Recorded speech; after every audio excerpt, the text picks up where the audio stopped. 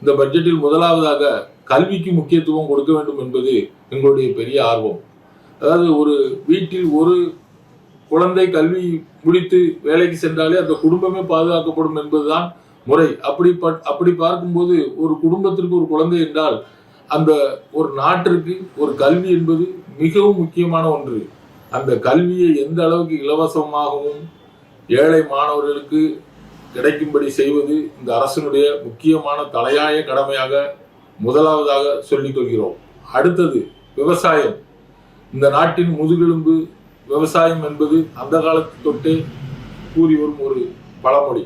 அதன்படி விவசாயத்தையும் நீர் மேலாண்மையும் கண்டிப்பாக உயர்த்த வேண்டும். அப்படி உயர்த்தும் பொருட்டு நாட்டோட வளர்ச்சி மிகவும் அபரிவிதமாக இருக்கும்.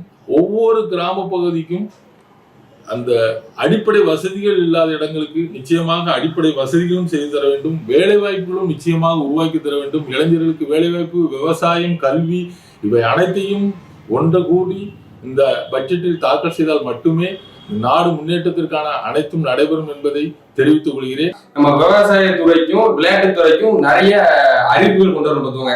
அப்போதான் நம்ம விளையாட்டுத்துறையில இருந்து நிறைய பேர் விளையாட்டு ஜெயிக்க முடியும். வேற விவசாயிகளுக்கும் பயனடைகிற மாதிரி நிறைய மாற்றங்கள் நடைபெறும். கலை மற்றும் பண்பாட்டுத்துறை அது மூலமாக கலைஞர்களுக்கு பல்வேறு திட்டங்களை வந்து செயல்படுத்திட்டு இருக்க அரசு.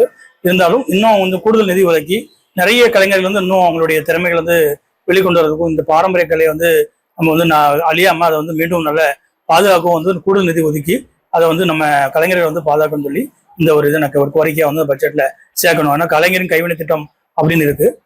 அதுல பாத்தீங்க அப்படின்னா நிறைய 28 வகையான கைவினைகள் கலைஞர்களுக்கு கைவினை பொருட்களுக்கு அவங்கள சந்தைப்படுத்துறதுக்கும் அவங்கள காட்சிப்படுத்துறதுக்கும் நிறைய திட்டங்கள் அரசாங்கம் சேர்த்து இருக்கு.